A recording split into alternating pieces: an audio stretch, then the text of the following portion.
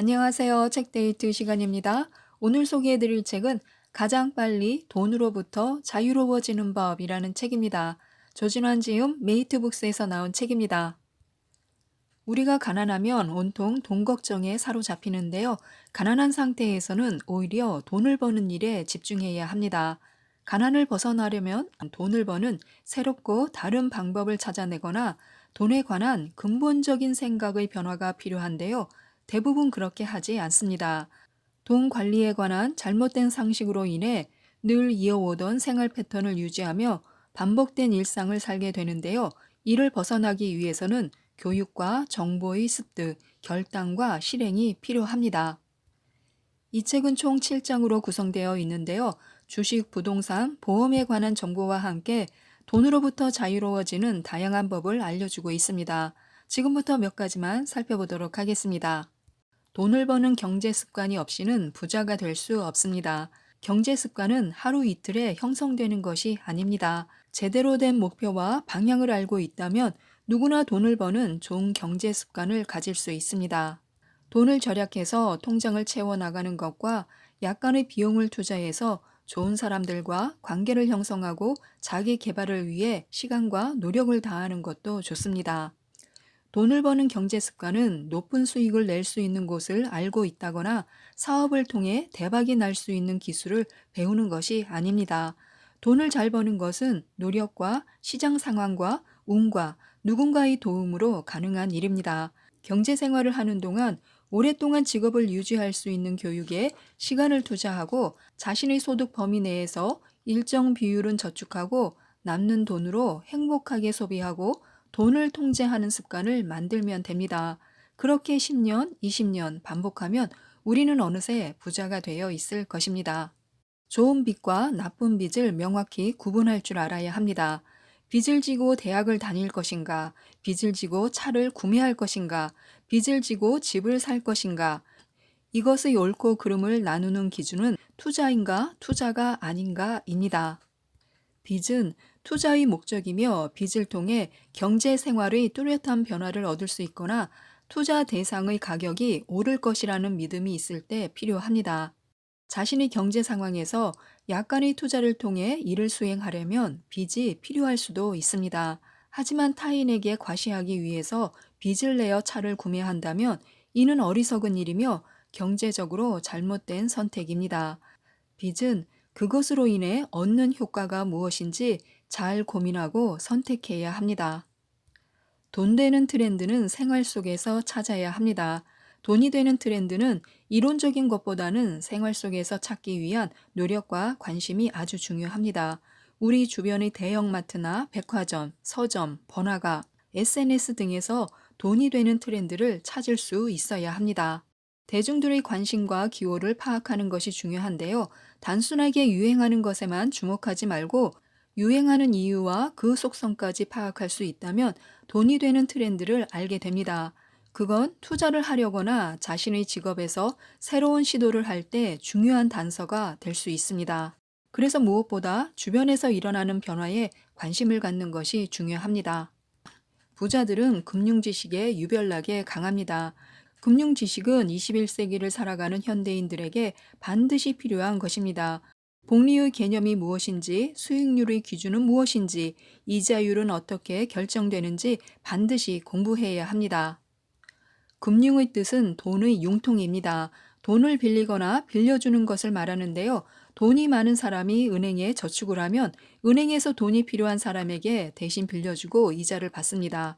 돈을 빌려준 사람은 돈이 필요해서 빌리는 사람보다 적은 이자를 받지만 안전하게 돈을 맡기고 불릴 수 있습니다.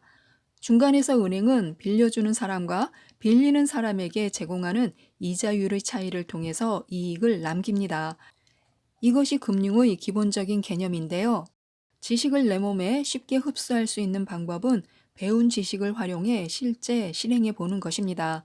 저축의 복리를 알고 싶으면 매월 적정한 금액을 저축해서 만기가 되면 또다시 예금과 적금으로 반복해서 저축을 해보면 되고, 투자를 하고 싶으면 잘 알지 못하는 기업에 직접 투자하기보다 관심을 가지고 공부해서 매월 투자해 보면 됩니다.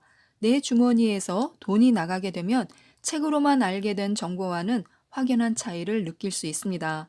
모르는 것에 대한 궁금증을 투자한 곳에 바로 문의하거나 인터넷을 통해서 검색하며 지식의 수준이 높아지는 것을 알 수 있습니다. 무엇을 모르는지 알기 위해서는 실행해 보는 것만큼 좋은 방법은 없습니다.